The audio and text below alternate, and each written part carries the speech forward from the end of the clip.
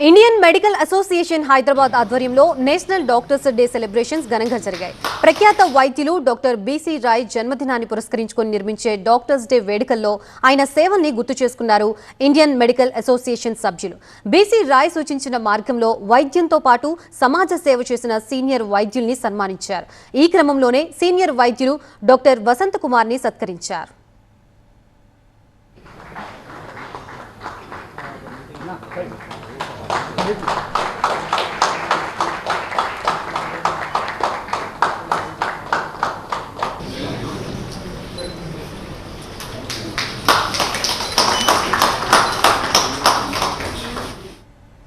రాబోయే రోజుల్లోనూ వైద్యంతో పాటు సామాజిక సేవల్ని కూడా మరింత విస్తృతం చేయనున్నట్లు డాక్టర్ వసంత్ కుమార్ తెలిపారు. ప్రస్తుత సమాజంలో డయాబెటిక్ అనేది పెద్ద సమస్యగా మారుతుందని, చిన్నపిల్లలు సైతం డయాబెటిక్ బారిన పడుతున్నారని ఆవేదన వ్యక్తం చేశారు.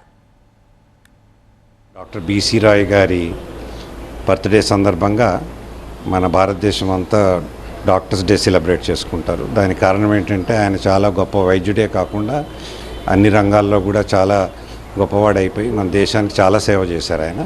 ఆ సందర్భంగా ఇవాళ మన ఐఎంఏ హైదరాబాద్ బ్రాంచ్, ఇది చాలా పాత బ్రాంచ్ అండి. ఇక్కడ చాలా సీనియర్ డాక్టర్స్ అందరూ కూడా మెంబర్స్.